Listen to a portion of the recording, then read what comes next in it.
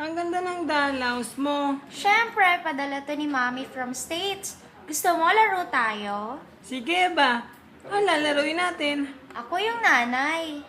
Tapos, Siyempre, ikaw yung tatay. ha?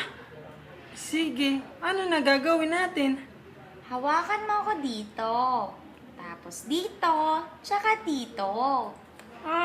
Ana, masama yan eh. Ana! Bakit, Daddy? Bye-bye tayo.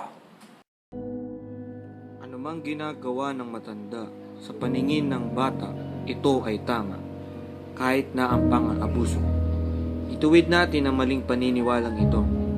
Para sa impormasyon at tanong, tumawag sa Bantay Bata Hotline 163.